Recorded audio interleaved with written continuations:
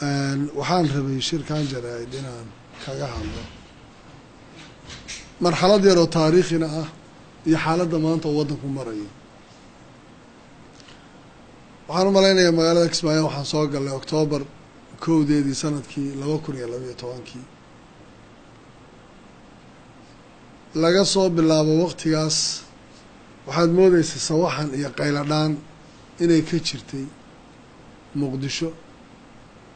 oo aan isleeyahay dareenka jiray wuxuu ahaa in shabaab qabsadeen oo laga qabsaday dowladda dareen noocaas inuu xilliga iyada muuqanayay. arrintaa iyadaa wax badan baanu ka jiitanay, waxaanu ka hadlaynay soomaalinimo iyo wadaniyad iyo war waddankan yaa lahaa iyo war soomaaliha la raadiyo, taasoo abuurtay in dowladdii markaas jirtay oo ra-iisul wasaaraha ka ahaa prime minister Saacid isagu uu yimaado oo aan ugu baaqnay inuu hoolkii jaamacadda shirku ka socday intuu tago shirkii inaan idhaahdo intaad la wareegtaan maamulka iyo shirka hogaamintiisa dowladdu ha sheegto waxaan ku khaldannahay, dadka wax sax ha u sheegto, systemka ha la wareegto. waxaan u malaynayaa ma aysan dhicin arrintaasi. waxay gaadhay ilaa xad in magaalada uu dagaal ka dhaco iyadoo aan magaalada maamul la dooranin baa waxaa jirtay buuq badan oo iyadoo la ogeyn cid la dooran iyo shirka waxaa ka soo baxaya inay buuq badan iyo culays badan iyo dhib badan uu jiro lagaga hadlayay inaan la aqbali dooninba wax kastoo soo baxa. dagaaladaa kadib waxaan u malaynayaa haddana waa ti August 27 shirkii Addis Ababa oo 12 beri oo kala dambeysay socday 27 Augustna soo dhammaanayay aan ugu tagnay Addis Ababa oo lagu soo heshiiyey dowladda federaalka iyo maamulkii jiray. kadibna heshiiskii la yidhaahdo Addis Ababa agreement uu meesha ka soo baxay oo qodobadiisii ay mar in badan soo jiitamayeen. labadaas sano ee muddadaa laga joogo waxay ahayd 2 sano oo dadka reer Jubbaland ay iyagu israadsanayeen, iyagaa israadsanayay, dib u heshiisiin bay raadinayeen, waxay raadinayeen soomaalinimo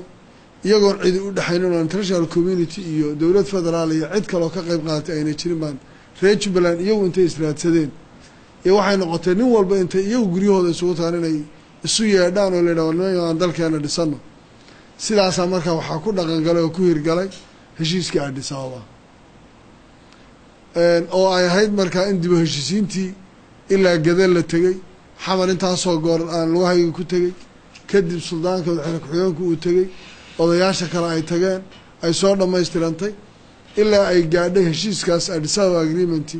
inuu marxaladiisii ugu dambeysay uu gaadho oo ahayd arrintii baarlamaanka oo isaga laftirkiisa iyagoo ay igad noo facilitate garaynaysay dowladda federaalkana wasaaradda arrimaha guduhu ay gacanta ku haysay, wasiirka arrimaha guduhuna shirkaa uu furay, agaasimayaal wasaaradda ka midina ay goobjoog ka ahaayeen, maamulkuna uu gacanta kala baxay oo bannaanka uu ka joogay in dadku ay samaystaan baarlamaan iyagu ay soo xusheen oo degmo lagu dhisay oo aan 4.5 ahayn oo aan 5 ahayn oo waxba ahayne ah dadku inay qaab deegaana wax u samaystaan, qaab deegaana wax u soo xushaan, macnuhuna uusan ahayn degmada 4 qof ee la siiyey beelaha qaatay keliya inay degan yihiin ay tahay kriteria sida loo kala badan yahay intii lagu saleeyey in markaa ciddii ku yeelatay mooy cidda kalena ay golayaasha deegaanka iyo xataa soo geli karto oo aynan ahayn deegaanka dadku ma degana laakiin ay noocaa ahayd. waxaa kaloo meesha ku jiray odayaasha soo xulay markay dadku wax qaybsadeen waxay ahaayeen odayaashii xulay ergadii xamar 2012 ee 135 ahaa. waxaa joogay 46 oday oo dhaqan oo odayaal dhaqan oo la yaqaanaa iyagaa soo xushay oo soo magacaabay oo keenay maanta xubnaha baarlamaanka ee baarlamaanka ku jira. waxaan is leeyahay markaa waxaan in badan anagu aada uga shaqaynaynay inaan bal isku dayno sawirka soomaalinimada inaan wax badan muujino. waxaan isku dayaynay wax badan in soomaalinimada aan u tusno inay tahay wax aan meel looga guuri karaynin, la soo celiyo taariikhdii iyo dhaqankii waddankaani u lahaa. dadka Soomaaliyeed oo aan isleeyahay colaad iyo cadaawad iyo dagaal qabiil midna ma jiro dhex yaalla inaan laga saaro masaalixda siyaasadeed iyo interestka gaarka ee kolba jamaaca iyo kooxi ay wadanayso taasaan aada isugu daynay inaan go-aankeeda iyo xalkeeda iyo wax badan aan waanwaaniya ka galno baarlamaankaas soo xulistiisa iyo keenistiisu waxay keentay qayladhaantii hore u jirtay oo ahayd markii horeba ama ha ku salaysaato isir nacayb ama ha ku jirto qabiil nacayb ama ha ku jirto qof nacayb ama ha ku jirto federaalismka oo la diidan yahay laftirkiisa waayo waxaan hadda maamuladii hore oo dhan isku haynay waxay ahayd federaalka oo ay diidan yihiin oo aan la ogolayn ayaa waxay ahayd shayga asalkaa ee aan raadinayna een intaa la daba socday federaalki inuu dhaqaaqo oo isagu tallaabo uu qaado oo tallaabadaas intaasoo xaajiya murane ay ka gashana waxaan is leeyahay waa arrin aada muusif u ah bay ahayd baarlamaankan xulistiisa iyo markii la keenayna qayladhaan badan baa ka timid iyadoo aan is leeyahay baarlamaanka arrintiisu iyo in xafladiisii la qabto waxay ahayd mid la ogaa oo aan cid walba ku marti qaadnay oo madaxweynaha dowladda federaalkii uu isagu yimid oo uu isagu xidhay oo uu baarakeeyey waxa furayna wasiirkiisa arrimaha gudaha ay ahaayeen weliba iyadoo prime ministerka aan sugaynen ayna suurtogelin prime ministerku inuu yimaado laakiin ay noqotay madaxweynaha cidda tadxiyada samaysay iyado intuu isagu yimid arrintaas ka hadlayo barnaamijkaa baarakeeyey waxaa kaloo jirta kulankanagii aan isugu nimid meesha la yidhaahdo garoowe oo ay hogaamiyaashu isugu yimaadeen arrinta federaalka iyo 2016 wax badan baanu ka wada hadalnay waxaa isweydiin lahayd federaalka soomaaliya ay qaadatay waa noocee ma federaal qabiilba oo wuxuu ku beehay clan base buu ku dhisan yahay mise waa federalism geographical ku waxaysan oo deegaan ku salaysan federaalka qoran waxaa weeye mid deegaan ku salaysan oo laga hadlayo 2 gobol iyo intii ka badan lama odhanin 2 reer hal reer 3 reer lama odhan waxaa laga hadlayaa gobollo regional 2 gobol iyo intii ka badan soomaalidu way isdhex degan tahay beel waliba meel bay degan tahay waxaa laga yaabaa ninka saylac degan inuu lahayb yahay ninka raaskaambooni degan ma waxaa la odhanayaa haybtaydu saylic bay jirtaaye ka raaskaambooni jira saylac ha laga xukumo ka saylac jirana ha laga xukumo xaafuun ka xaafuun jirana ha laga xukumo diinsoor ka diinsoor jirana waxaa laga xukumayaa baraawe sidaas sax ma ah waxaan moodayay federaalka laga hadlayay inuu ahaa mid ku salaysan geography taa macnaheedu wuxuu keenayaa intii israacda cidda mas-uulka ka noqota inay noqonayso mas-uuliyadoodu ay qaadanayso oo dadka uu mas-uulka ka yahay iyo siduu uga cadaalad samayn lahaa iyo siduu u hogaamin lahaa iyo qaabku soomaalinimadooda iyo walaalnimadooda ku raadin lahaa inay shaqadeedu ay tahay ee aysan ahayn wax ku xidhan ama ujeeda reer hebel iyo reer hebel hebel baa wakiilka iyo reer hebel hebel baa wakiilka waxaan is leeyahay markaa waxa hadda ka socda xamar ee baarlamaanku uu wado anugu markaan aada u fakeray waxaan is leeyahay baarlamaanku waxaa la diidan yahay oo hadda jubbaland qayladan badaan laga keenay waxaa weeye in maamulkii baarlamaankii lagu soo xulo gobol iyo degmo iyo tuulo oo beel waliba tuulooyinka iyo la tiriyo inay tahay waxaa la diidan yahay oo la doonayo inaan weligeed qabiil iyo 4.5 aan u fadhino oo halkaa markaa dad badan oo malaha ka yaaban meelay kasoo galaan inay waayaani inay buuqa inta badan asaas ay u yihiin iyo in federaalka diidan oo iyagu waxay diidan yihiin ay tahay federaal diid iyo inaan systemkaani hirgelin waxaa aada nasiib darro waa markaa baarlamaankii soomaaliya oo aan ognahay maanta su-aasha cid walibana weydiinaysa inay tahay war 2016 maxaad qabanaysaa 2016 maxaa idiin yaalla muxuu noqonayaa dariiqa looga gudbayo shaqada u taalla intay la egtay aan garanayno in shaqadii baarlamaanku ay ku soo urursato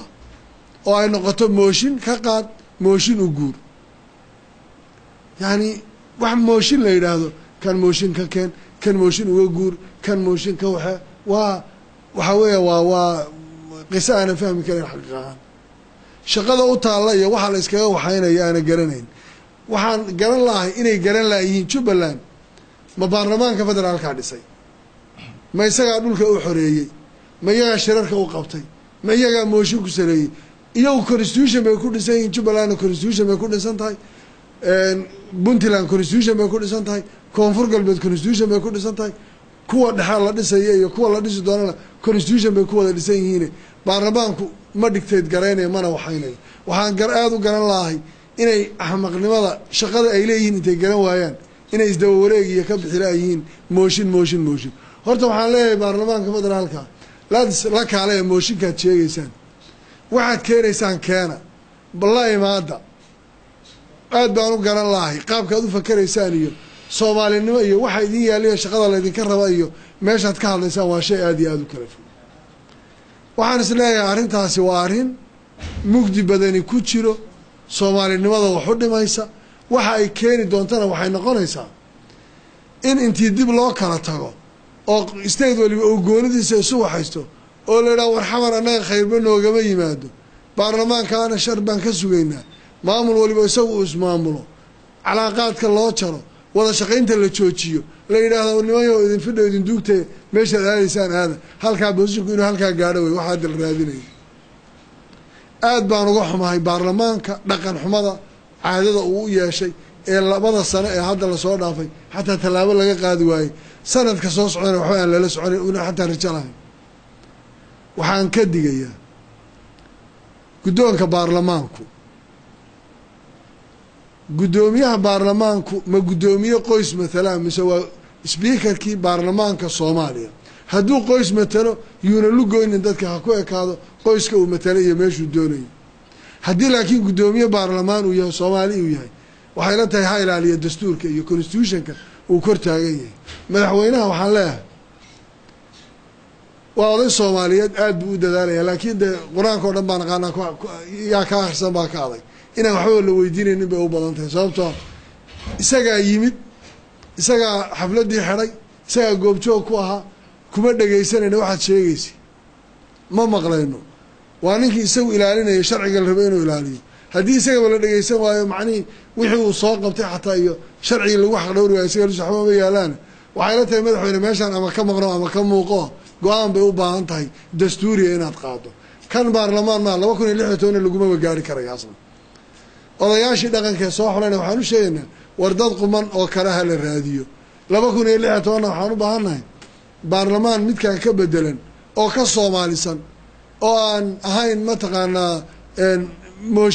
mooshin quuti iyo qaylo quuta aan ahayn buuq quudanaynin baarlamaan Soomaaliyada inay lala yimaado la keeno maamulka koonfur galbeed waxaan rabaa inaan u soo jeediyo colaad qabiil iyo dagaal waxaan ka soo gudubnay 1991 maanta qoys Soomaaliyeed col ma jirto bilaa calaykum ka daaya dhibaatada cusub ee aad horinaysaan riyada 6 gobol waa dream idinkoo socda oo soo jeeda oo taagan aad riyoonaysaan qofku waxa fiican hadduu riyoonayo inuu chiefka ku riyoodo laakiin riyada taagnida iska daaya anaa leh kan anaa leh waxaas wax shaqaynaya ma Sharif Xasan maamul baa tahay koonfur galbeed baa xukunta waa ku baarakaynayna qabaa'ilo Soomaaliyeed bay ka kooban tahay cid kasta oo Soomaaliyeed baa degan qoys kasta oo Soomaaliyeed baa laga helayaa 3 gobol sida kuwaan looga helayo kuwaaga u cadaalad samee wixii nasaaix iyo khalad ee dhaca inagu maamulaha wax isu weydiin karaa waa laga tashan karaa laakiin inaad riyo wax ku dictator garaysaan oo la yiraahdo calamaan gubaynaa iyo sawiraan gubaynaa iyo habartay waa kan tiri iyo aniga ala iyo ana dareersada iyo waxaas waa adqaat axlaam weey waa riyo aan asaas lahayn ka daaya mujtamaca Soomaaliyeed ee walaalaha inaad isku dirtaan colaad dhex dhigtaan xaalad fitan abuurtaan mushkilad abuurtaan waxaan isleeyahay dani kuma jirto war aan Soomaalinimo raadino aan Soomaalinimo isugu nimaadno waxaan waliba reer Jubbaland diyaar u nahay cid kasta oo wax tabanaysa oo reer Jubbaland ma aha ninka ka yimaada meelheble ka hadlaya ama hayb magac haybaad ku imanaya waxaan diyaar u nahay inaan qancino dhaqankiisii baa jooga odayaashiisii baa jooga lala hadlo la qanciyo wixii la tabanaya maamul ahaan aan u galno madaxweynaha ka wada hadalay arrimaha war wixii la sixi kara la soxo dadkan hal is qanciyo irida maanta hadalka lala warwareegayo oo oranaya baarlamaanka 20 lagu daro xagan hal la yeelo annaga qancinayna ciidan qancinayno laakiin hal kursi laguma darayo hal siid laguma darayo lama kordhinayo beel laguma qancinayo عدي ريتشو بلان أي واحتبنا يسا أنا قاعد ديار إلى نقل عنه معاملة دي حاجة كونسل الذي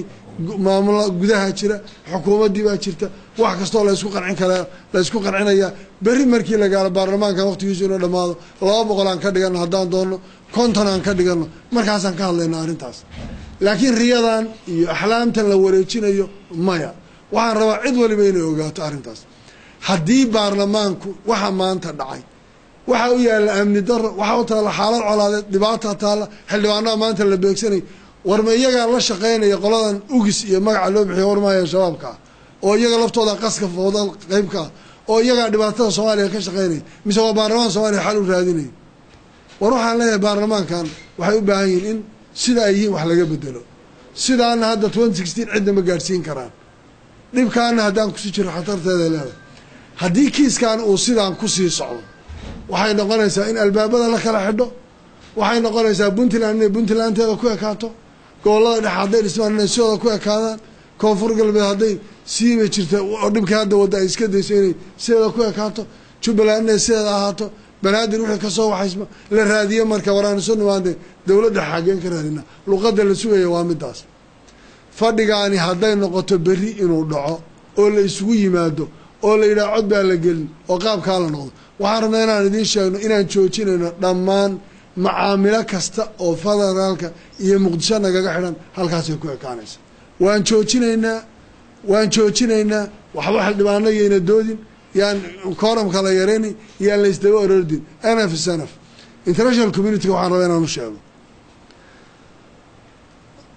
فدراليزم كحال بالله أركي أنا وحنا ضدك رميسان صوماليين إن صوماليا صوت ماده أو أي نقطة جمهورية صوماليا فرمقوي يوم ماشى لنا كونفور إنت هالكلا سكانه أو جمهورية صوماليا أو سنتراليزم كهذه النقطة أو ما من حقوق بدن وكصوبه أو عيدا كهذه للسو أو كان لكن سيلو قاريا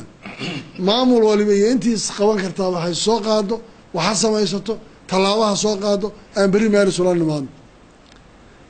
international community مرك وعن ربعنا مشاهد أنت برلمانكم لجمسوا يلا بكون يلحي طبانك